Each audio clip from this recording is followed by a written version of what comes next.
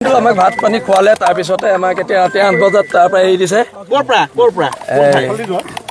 আমাক ডিব্ৰুগড় এছপি অফিচৰ পৰা মোক এৰিছে হৰকুমাৰ গগৈ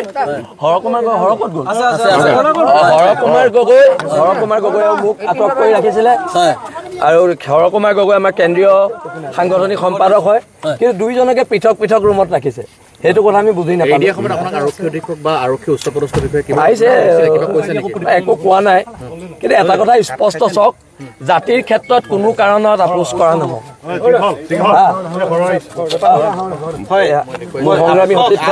কি ক'ব আৰু এই মুহূৰ্তত কি ক'ব ক'বলৈ কি আছে এটা কথা একদম আমি স্পষ্টকৈ কৈ দিছোঁ যিজনী মহিলাই জাতিক তুচ্ছতাচ্ছিল্য কৰিছিলে এজনী মহিলাক জেললৈ পঠিয়াব লাগিব সেইটো স্পষ্টকৈ আমি কৈ দিছোঁ আৰু কোনো অনাঅসমীয়া মানুহ কোনো বাংলাদেশী মূলৰ মানুহৰ গুণ্ডামি ভণ্ডামি ইয়াত চলিব তেতিয়াহ'লে প্ৰত্যাক্ৰমণ হ'ব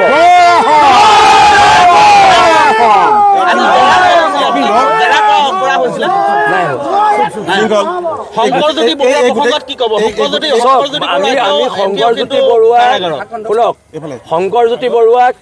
কোন সংগঠনত আছিলে নাছিলে সেইটো আমাৰ কাৰণে ডাঙৰ কথা নহয় শংকৰজ্যোতি বৰুৱা এজন খিলঞ্জীয়া মানুহ খিলঞ্জীয়াৰ কাৰণে আমি খিলঞ্জীয়াৰ পক্ষত মাত মাতিছোঁ ৰাজনীতিকৰণ আৰম্ভ হোৱা বুলি আপুনি ভাবে নেকি সেইবিলাক মই নাজানো কিন্তু আমি ৰাজনীতি কৰা মানে আমাৰ কথা হৈছে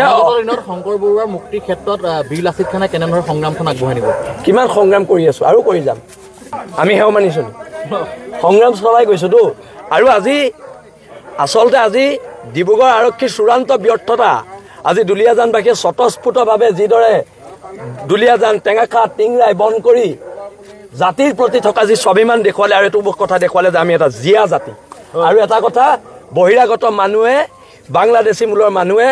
যদি আহি ইয়াত গুণ্ডামি কৰে চিধা কথা পিটন দিয়া হ'ব এই নহয় এইটো মস্তিষ্কৰ উৰ্বৰতা নথকা মানুহে কোৱা কথা যাৰ মগজ কম সেনেকুৱা মানুহে এইবিলাক কথা কয় কথাটো হৈছে কি আমাৰ ক্ষেত্ৰখনৰ বাজেটটো 7 কোটি সেইটো মোৰ পইচা নহয় বা হৰৰ পইচা নহয় সেই 7 কোটি টকাই আমি ক্ষেত্ৰখন বনাম যেতিয়া আমি মানুহ এজনৰ ওচৰলৈ যাম যে আপুনি আমাক সহায় কৰক এইটো আমাৰ বাজেট সি এতিয়া 7 কোটি বাজেটটো চাই 5,000ও দিব পাৰে 500ও দিব পাৰে 7 লাখো দিব পাৰে 10 লাখো দিব পাৰে কিন্তু বাজেটখনো দিব লাগিব আপুনি এটা গাড়ী এখন কিনিব গ'লে আপোনাক গাড়ী হেৰি দিয়ে নাই এষ্টিমেটটো দিয়ে নহয় কেইটকা হয়নে নহয় একেটাই